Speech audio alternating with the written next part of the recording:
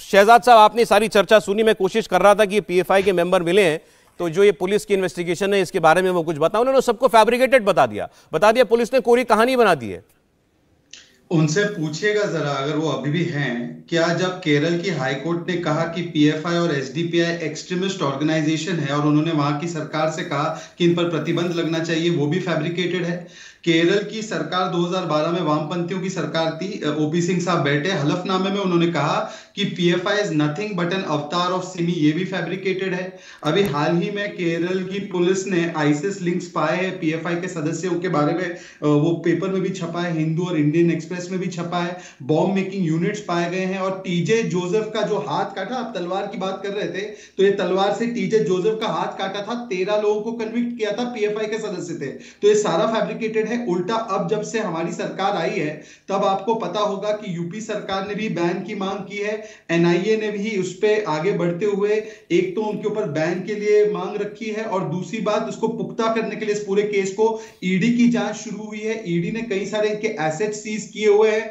परंतु दुर्भाग्यपूर्ण बात यह है, कर्नाटका की सरकार ने भी कुछ कार्रवाई की है, पुलिस भी उस पर कर रही है, पर दुर्भाग्यपूर्ण बात यह है कि आज जो घटना हुई, आपको पता है सीपीआई एमएल के एक एमएलए है, गोपाल दास रवि नाम है उनका, गोपाल रविदास है उनका नाम, उन्होंने कहा कि यह मुसलमानों को बदनाम करने की साजिश है। कांग्रेस पार्टी जब हम लोग कार्रवाई करते हैं पीएफआई पर तो कहती है कि पीएफआई पर कार्रवाई मत करो, केसी वेणुगोपाल ने भी कहा था। और इसके अलावा कांग्रेस पार्टी की जब कर्नाटका में सरकार थी 175 केस विड्रॉ कर दिए। राजस्थान में पीएफआई को खुली छूट मार्च निकालने के लिए दी जाती है, हिंदू नववर्ष की यात्रा पर बैन लगा दिया जाता है। तो ये जो सॉफ्ट कॉर्नर फॉर टेरर है कांग्रेस का, वामपंथियों का, ये इसी की वजह से ये संरक्षण इन तंजीमों को मिलता है। शहजाद साहब, ठीक है, कोई पार्टी और या कोई नेता जो है उसके मन में कोई सॉफ्ट कॉर्नर है टेररिस्ट के लिए, ये बात उनकी हो सकती है, उनको भी पकड़िए और इस पर बैन लगाइए। संस्था पर कौन रोक रहा है? हर जगह तो पीएफआई का नाम आता है। मैं आपको वही बता रहा हूं, ओपी सिंह साहब क्योंकि बैठे, मैं आपको फिर से रेफरेंस दे रहा हूं।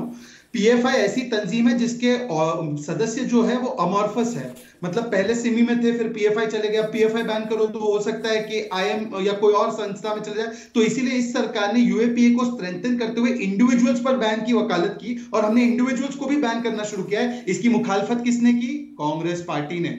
मतलब कि हम लोग हर वो एक पहलू को, लूपहोल को बांध रहे हैं ताकि पीएफआई या उसके सदस्य सारे प्रतिबंधित हो जाए। परंतु कांग्रेस पार्टी की जो तुष्टीकरण की राजनीति है उसके चलते आज भी हम देखते हैं कि सॉफ्ट कॉर्नर फॉर टेरर, चाहे बाटला हाउस हो, चाहे जाकिर नायक हो, चाहे पीएफआई हो, चाहे नुसरत मिर्जा हो, ये इस प्रकार का सॉफ्ट कॉर्नर दिखाई देता है। इंडिया टीवी हर वक्त हर जगह डाउनलोड करने के लिए सर्च करें India TV news Google play store या ऐप स्टोर पर।